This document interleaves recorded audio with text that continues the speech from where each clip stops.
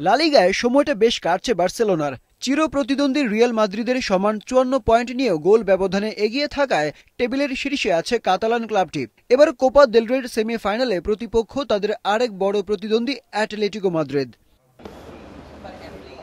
Copa del রে ইতিহাসের সর্বাধিক ৩১ বার শিরোপা জিতেছে বার্সেলোনা। সঙ্গে সাম্প্রতিক পারফরম্যান্সও এই ম্যাচে নামার আগে প্রেরণা দিচ্ছে বার্সাকে। সবশেষ ৫ ম্যাচের সবকটি জিতেছে দলটি। একাদশেও সেরা খেলোয়াড়দের পাচ্ছেন কোচ হ্যান্সি ফ্লিক। অন্যদিকে সব আসর মিলিয়ে টানা ৮ ম্যাচে অপরাজিত অ্যাটলেটিকো মাদ্রিদ। লা লিগায় বার্সা ও রিয়ালের চেয়ে কেবল ১ পয়েন্ট পিছিয়ে তারা। তাই সমানে সমানে লড়াইয়ের আভাস মিলেছে এই ম্যাচে। সবশেষ ২০১৬-১৭ মৌসুমে কোপা দেল রে সেমিতে মুখোমুখি হয়েছিল দুদল। সেবার ৩-২ গোলে বার্সার কাছে হেরেছিল অ্যাটলেটিকো। ২০০০ সালের পর কোপা দেল রেতে বার্সাকে আর হারাতেই পারেনি তারা। ইংলিশ প্রিমিয়ার লিগে ঘরের মাঠ স্ট্যামফোর্ড ব্রিজে সাউদাম্পটনের বিপক্ষে জয়ের জন্য লড়বে চেলসি। প্রিমিয়ার লিগে বাজে সময় কাটাচ্ছে সাউদাম্পটন। ২৬ ম্যাচে মাত্র ২ জয়ে টেবিলে সবার নিচে তারা। চেলসিও ছন্দে নেই।